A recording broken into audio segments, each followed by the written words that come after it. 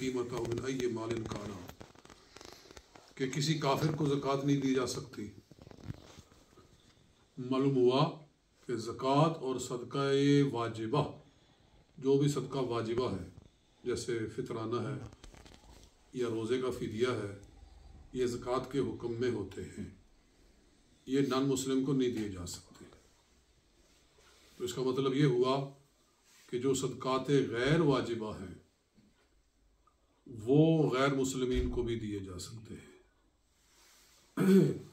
यानी नफली वैसे अल्लाह के नाम पर निकालना, वो किसी को भी दिया जा सकता है जो वाजिब नहीं है। वो मुस्लिम को गैर मुस्लिम को सबको दे सकते हैं। देना भी चाहिए कि बसा औकात ये चीज़ उनको इस्लाम की तरफ लाती है, करीब करती है। खाना वगैरह घर में हो वो उनको दिया जाए।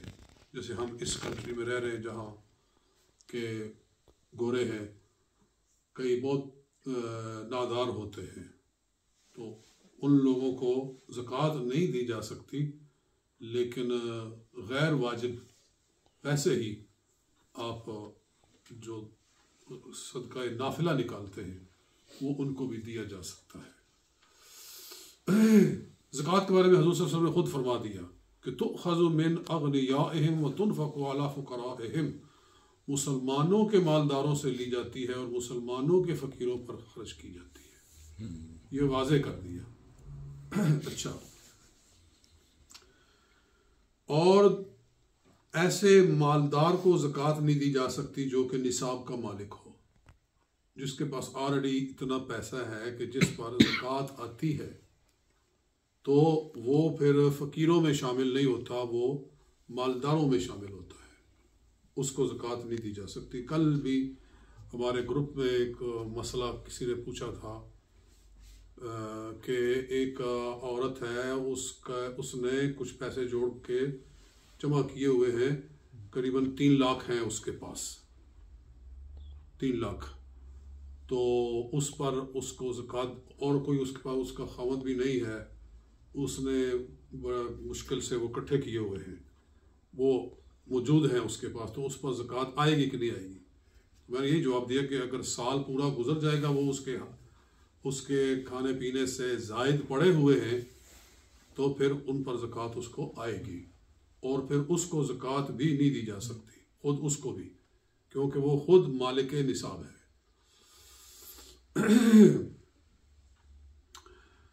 ये हो गया। और फरमाते हैं कि मालदार बच्चे को ज़कात नहीं दी जा सकती। जिस बच्चे के नाम पैसा हो, मसलन बैंक के अंदर उसका पैसा रखा हुआ हो या संभाल के रखा हुआ बच्चे के लिए, तो वो बच्चा जो है वो फिर गनी है, उसको ज़कात नहीं दी जा सकती। व बनी हाशिमिन, और सादात को ज़कात नहीं दी जा सकती, उनको कहते हैं बनी हाशिम। तो ये वो लोग हैं कि जो हजूर सल्लल्लाहु अलैहि वसल्लम के करीबी हैं। हज़रत इमाम हसन की औलाद है, हज़रत इमाम हुसैन की औलाद है, हज़रत अब्बास की औलाद है, हज़रत अकील की औलाद है, हज़रत जाफ़र की औलाद है। ये बिल्कुल इनको डिफ़ाइन किया गया है कुतुब फ़िक़्ह के अंदर कि कौन वो लोग हैं बनी हाशिम कि जिनको ज़कात नहीं दी जा सकती। तो ये चंद अफराद हैं मैंने जिनका नाम लिया है। तो बाकी लोगों को तो खैर कोई इतना ज़्यादा पता नहीं है कि ये जाफरी या अब्बासी कौन होते हैं। अगर कोई कहता है कि मैं हज़रत अब्बास की औलाद से हूँ, मैं हज़रत जाफ़र की औलाद से हूँ, हज़रत जाफ़र कौन थे? हज़रत अली के भाई, और हज़रत अकील वो भी हज़रत अली के भाई, हजूर अलैहिस्सलाम के करीबी लोगों में से जो इस्लाम लाए थे, जो मुसलमान हुए थे, उनकी औलादों को भी शामिल किया गया इसमें, और वो इसके मुस्तहिक नहीं है।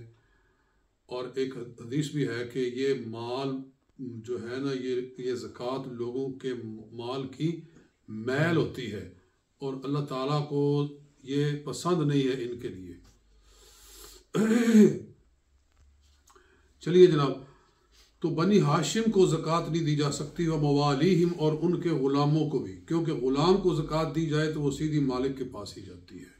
तो वो ऐसा ही हुआ जैसे कि बनु हाशिम को दे दी है, वो ज़कात नहीं लगेगी। और फरमाते हैं कि मुज़क्की का असल और उसकी फ़रा, ज़कात देने वाले के आबा और ज़कात देने वाले की औलाद, उनको वो ज़कात नहीं दे सकता। अपने बाप को, अपने दादे को, नाने को, नानी को, जो उसके उसूल हैं, उनको ज़कात नहीं दी जा सकती। और ऐसे ही उसकी औलाद, उसके बेटे, उसके नवासे, उसके पोते, कोई आदमी अपने नवासों को, अपने पोतों को ज़कात नहीं दे सकता। और दूसरा आ गया वफ़ मैयतिन, मैयत के कफन दफन के लिए ज़कात नहीं दी जा सकती, कि ये किसी को मालिक बनाना ज़रूरी है कि ये लो पकड़ो। लिहाजा मैयत के कफन दफन के लिए नहीं दी जा सकती, उसके कर्ज को उतारने के लिए नहीं दी जा सकती, और इसी तरह किसी ग़ुलाम को आज़ाद करने के लिए नहीं दी जा सकती कि जो आपके पास पैसा है उसमें से मैं एक ग़ुलाम पकड़ के आज़ाद कर दूँ। आजकल तो खैर ये मसाइल हैं ही नहीं, लेकिन बहरहाल कुतुब फ़िक़्ह में आज भी मौजूद है, लिखे हुए हैं।